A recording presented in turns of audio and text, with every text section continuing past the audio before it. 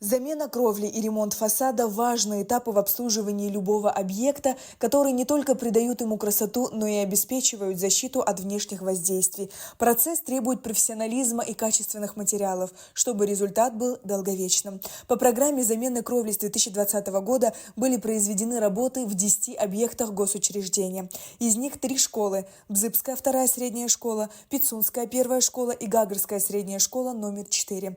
Одна поликлиника, дом культуры в городе Пицунда, 2 садика по улицам Абазга и Адыга и спортзал в микрорайоне Аспа. Сейчас работы ведутся в доме 53/5 по улице Абазга на сумму 1 миллион 800 тысяч рублей. Общая площадь составляет 400 квадратных метров. У нас осенью была такая стихия, непогода, ветер сорвал несколько крыш в районе Абазга. Вот там домов номер 51/1, 59/1, 63 дом, 55/1. И экстренно были заменены эти кровли, не заменены, а частичный ремонт сделан на сумму более 1,5 миллиона рублей. Тяжело выбирать между домами, всем нужно менять кровлю, но денег заложено пока 6 миллионов. В текущем году планируется заменить кровлю в ряде многоквартирных домов по этой же улице.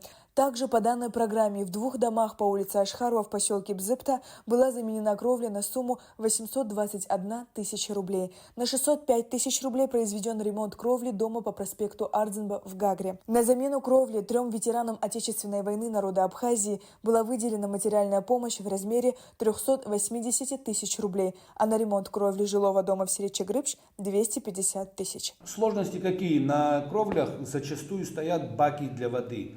И их приходится демонтировать, создаются трудности на 2-3 дня, у людей перестает быть вода, запас воды. Но переносим, перекладываем, делаем эту часть кровли, обратно ставим баки на место. В принципе, все. И сложность еще с подъемом грузов, потому что лифты не выдерживают. И приходится иногда некоторые части поднимать вручную, веревками по фасаду. Собственно говоря, вот так вот. Так рук достаточно на местах? Рук достаточно на местах. Мы сразу 10 кровель не делаем, начинаем одну, закончили, переходим на другую. В принципе, все идет по плану, и эти 3 кровли в мае месяце будут закончены однозначно. Общая сумма по всем этим работам составила более 44 миллионов рублей. Сария Кварацхеля, Тимур Кове, Абхазское телевидение.